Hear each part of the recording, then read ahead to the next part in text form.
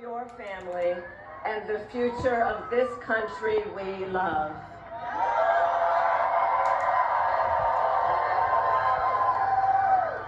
And it will probably be the most important vote you ever cast. And this election is more than just a choice between two parties and two different candidates. It is a choice about whether we have a country rooted in freedom for every American or ruled by chaos and division.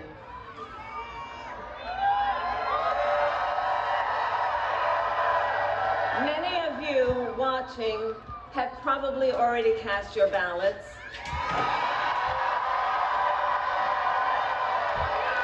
But I know many others are still considering who to vote for, or whether you'll vote at all. So tonight, I will speak to everyone about the choice and the stakes in this election. Look, we know who Donald Trump is.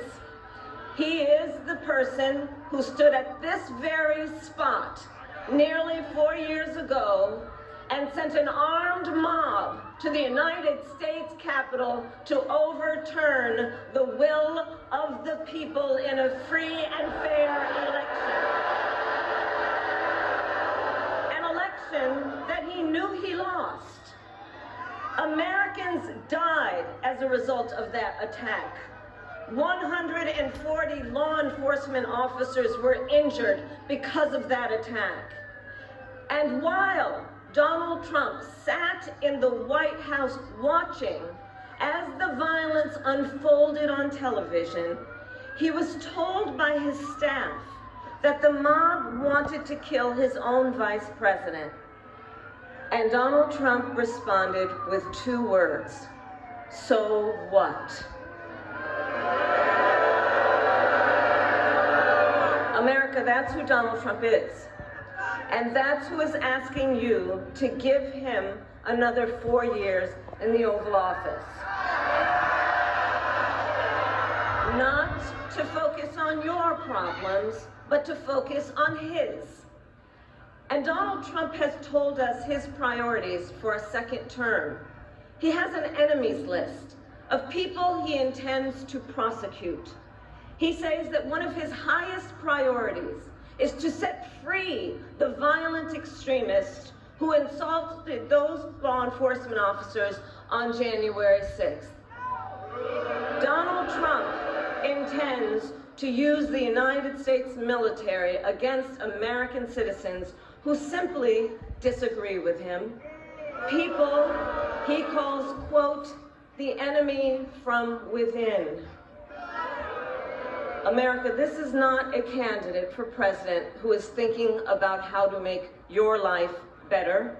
This is someone who is unstable, obsessed with revenge, consumed with grievance, and out for unchecked power. Donald Trump has spent a decade trying to keep the American people divided and afraid of each other. That is who he is. But America, I am here tonight to say that is not who we are. That is not who we are.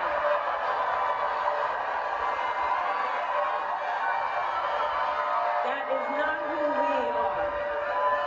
You see, what Donald Trump has never understood is that e pluribus unum, out of many, one, isn't just a phrase on a dollar bill. It is a living truth about the heart of our nation. Our democracy doesn't require us to agree on everything. In fact, we like good arguments from time to time. Just think of your own family, right? It's not the American way to not have disagreements. We don't shy away from robust debate. In fact, we like a good debate, don't we? We like a good debate. And the fact that someone disagrees with us does not make them the enemy within. That's right. They are family, neighbors, classmates, co-workers. They are fellow Americans. And as Americans, we rise and fall together.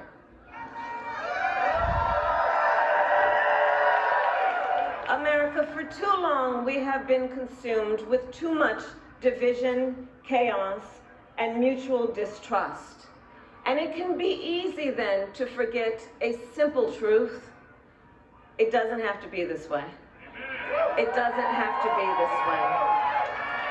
It is time to stop pointing fingers. We have to stop pointing fingers and start locking arms. It is time to turn the page on the drama and the conflict, the fear and division. It is time for a new generation of leadership in America.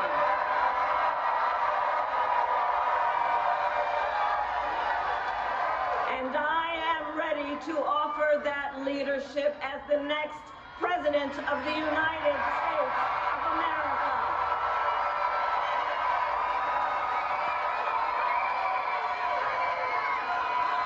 Now look, let me say, I recognize this has not been a typical campaign. Even though I've had the honor of serving as your vice president for the last 4 years, I know that many of you are still getting to know who I am. Well, let me tell you, I am someone who has spent most of my career outside of Washington, D.C., so I know that not all the good ideas come from here. I am not afraid of tough fights against bad actors and powerful interests, because for decades, as a prosecutor and a top law enforcement officer of our biggest state, I won fights against big banks that ripped off homeowners, against for-profit colleges that scammed veterans and students, against predators who abused women and children, and cartels that trafficked in guns, drugs, and human beings. And I did this work because for as long as I can remember, I have always had an instinct to protect. There's something about people being treated unfairly or overlooked that frankly just gets to me. I don't like it. It's what my mother instilled in me, a drive to hold accountable those who use their wealth or power to take advantage of other people. The drive to protect hardworking Americans who aren't always seen or heard and deserve a voice, and I will tell you that is the kind of president I will be.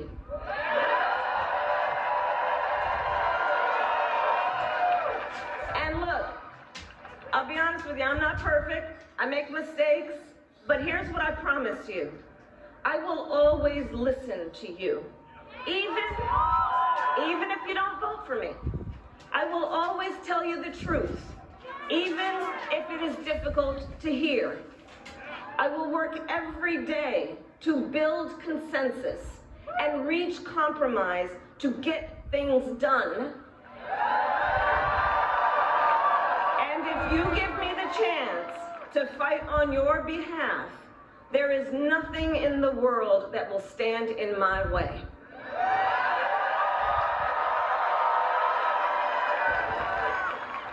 So look, in less than 90 days, either Donald Trump or I will be in the Oval Office. Okay?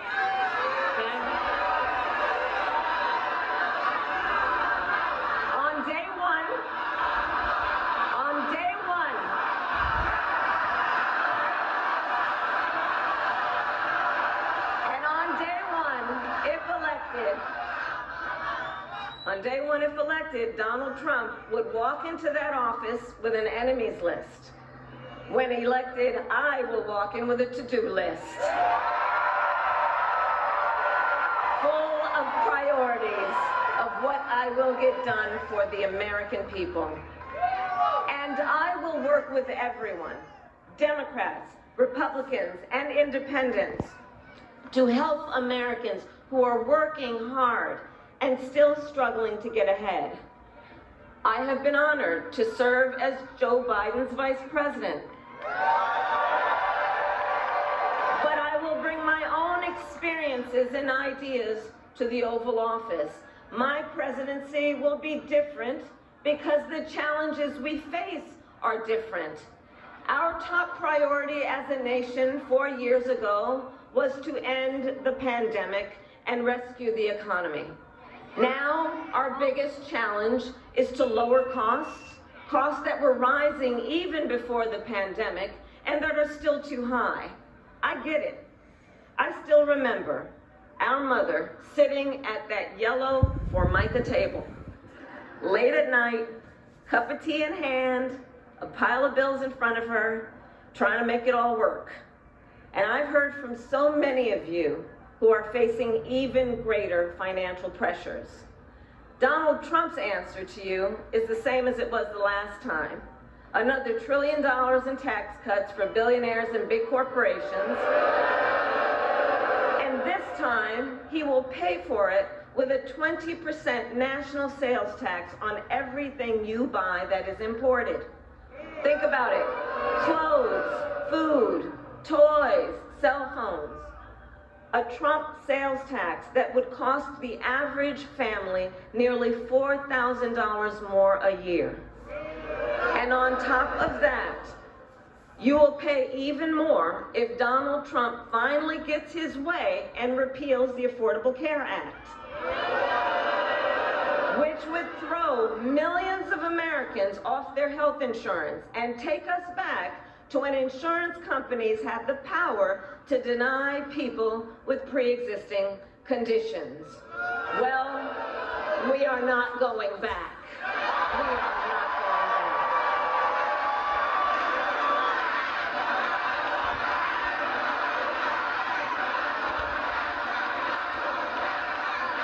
We are not going back because we also know Donald Trump would deliver tax cuts to his billionaire donors. I will deliver tax cuts to working people and the middle class.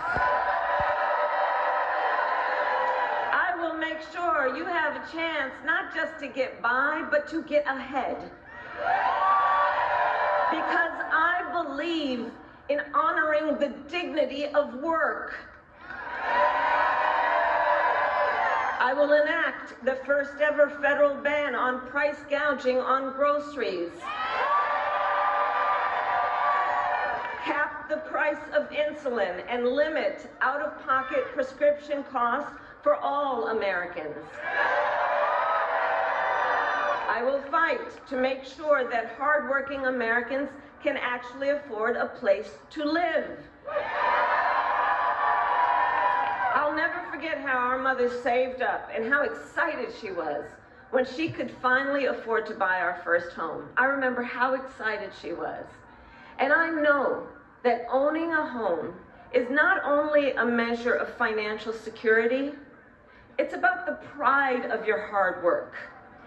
And as president, I will fight to help first-time home buyers with your down payment, take on the companies that are jacking up rents, and build millions of new homes.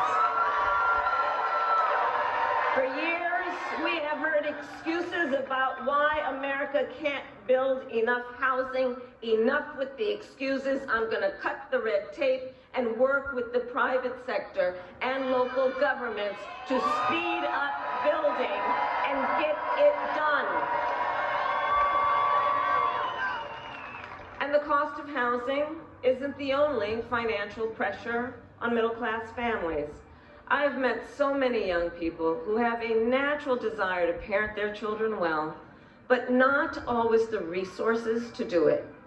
So I'll fight for a child tax credit to save them some money, which will also lift American children out of poverty. I'll work to lower the cost of childcare, which is out of reach for too many working families today. And for too many people in the sandwich generation who are raising young children and taking care of a parent, Juggling all of it is extremely difficult. You know, I took care of my mother when she got sick, cooking food that she had a taste for, finding clothes that would not irritate her skin, and understand, as I do, that care is about dignity. It is about dignity.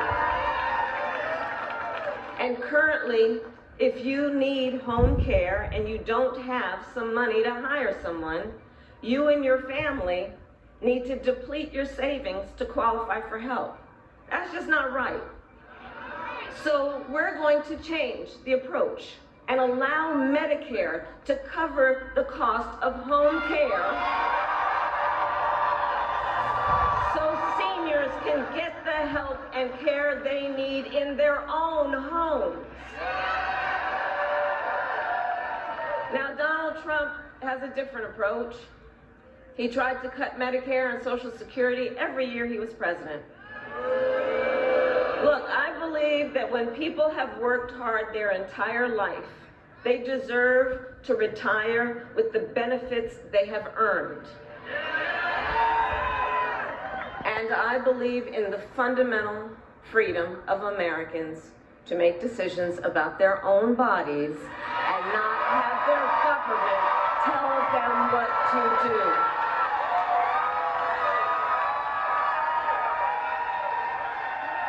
I will fight to restore what Donald Trump and his hand-selected Supreme Court justices took away from the women of America. That today, 1 in 3 women in America, think about it, 1 in 3 women in America lives in a state with a Trump abortion ban. Many with no exceptions even for rape and incest. The idea that a woman who survives a crime of a violation to her body should not have the authority to make a decision about what happens to her body next, that is immoral. That is immoral, and Trump's not done.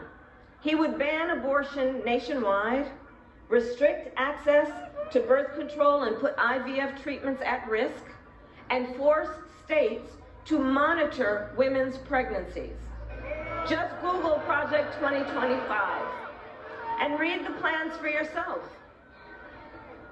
And look, I think we all know one does not have to abandon their faith or deeply held beliefs to simply agree the government should not be telling her what to do with her body. Not the government. And when Congress passes a bill to restore reproductive freedom nationwide, as President of the United States, I will proudly sign it into law. Proudly.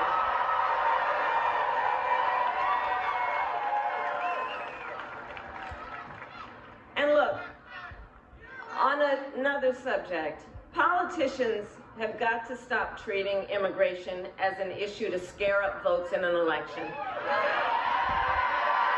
And instead treat it as the serious challenge that it is that we must finally come together to solve. I will work with Democrats and Republicans to sign into law the border security bill that Donald Trump killed. When I was Attorney General of a border state, I saw the chaos and violence caused by transnational criminal organizations that I took on. And when I am president, we will quickly remove those who arrive here unlawfully, prosecute the cartels, and give Border Patrol the support they so desperately need. At the same time, we must acknowledge we are a nation of immigrants. And I will work with Congress to pass immigration reform, including an earned path to citizenship for hardworking immigrants like farm workers and our dreamers. As Commander-in-Chief, I will make sure America has the strongest, most lethal fighting force in the world. Donald Trump, on the other hand, has shown his contempt for our nation's heroes, calls them suckers and losers, called a 4-star Marine general a, quote, lowlife. I will always honor, never denigrate, the service and sacrifice of our troops and their families, and fulfill our sacred obligation to care for them. I will strengthen, not surrender, America's global leadership. And I will stand with our friends because I know that our alliances keep American people safe and make America stronger and more secure. Look, world leaders think that Donald Trump is an easy mark. Easy to manipulate with flattery or favor. And you can believe that autocrats like Putin and Kim Jong-un are rooting for him in this election. I will always uphold our security, advance our national interest, and ensure that the United States of America remains. Fox News alert, Kamala Harris wrapping up a pretty tedious closing argument in Washington. Let's listen in.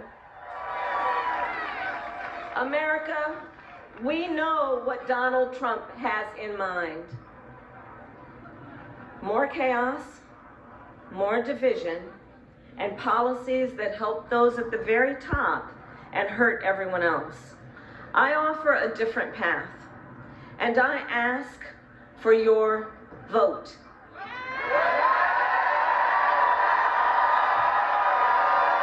And here is my pledge to you. I pledge to seek common ground and common sense solutions to make your life better. I am not looking to score political points. I am looking to make progress.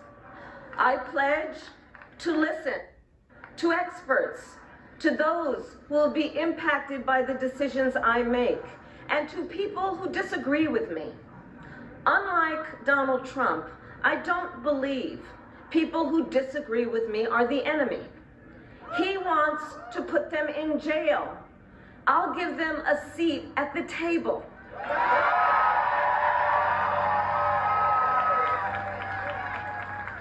I pledge to you to approach my work with the joy and optimism that comes from making lives.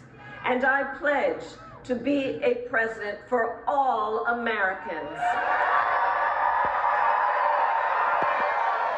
And to always put country above party and self.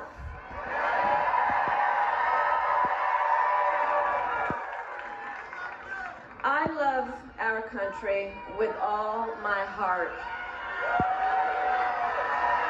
And I believe in its promise because I've lived it. I grew up as a child of the Civil Rights Movement. My parents would take me to marches in a stroller, where crowds of people of all races, faiths, and walks of life came together to fight for the ideals of freedom and opportunity. I've lived the promise of America. I saw how hard our mother worked to give her daughters the same chances this country gave her. Growing up, I was blessed to have family by blood and family by love, who instilled in me the values of community, compassion, and faith that have always defined our nation at its best. I've lived the promise of America.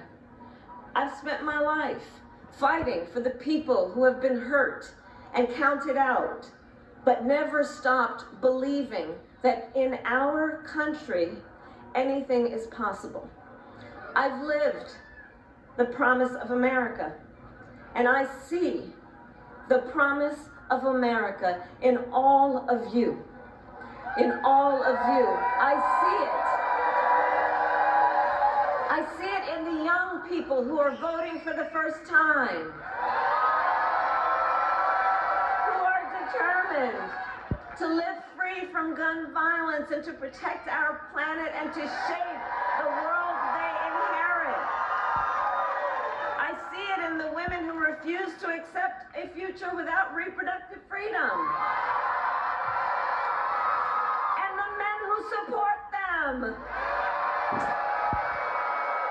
I see it in Republicans who have never voted for a Democrat before, but have put the Constitution of the United States over party.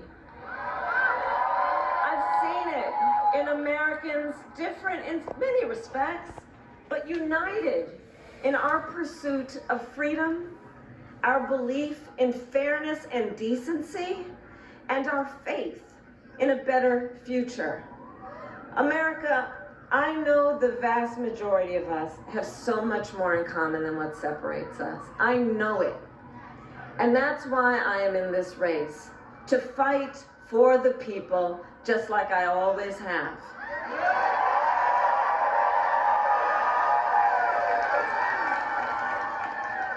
Nearly 250 years ago, America was born when we wrested freedom from a petty tyrant. Across the generations, Americans have preserved that freedom, expanded it, and in so doing, proved to the world that a government of, by, and for the people is strong and can endure.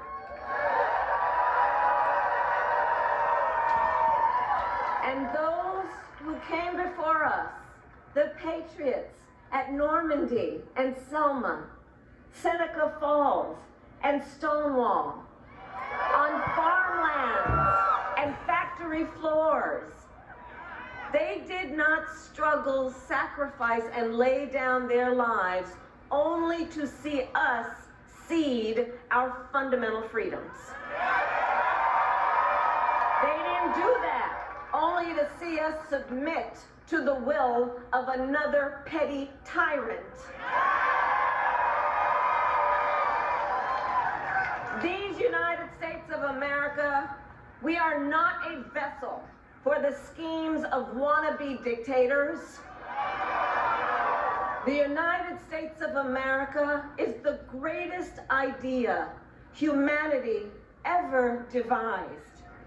A nation big enough to encompass all our dreams, strong enough to withstand any fracture or fissure between us, and fearless enough to imagine a future of possibilities.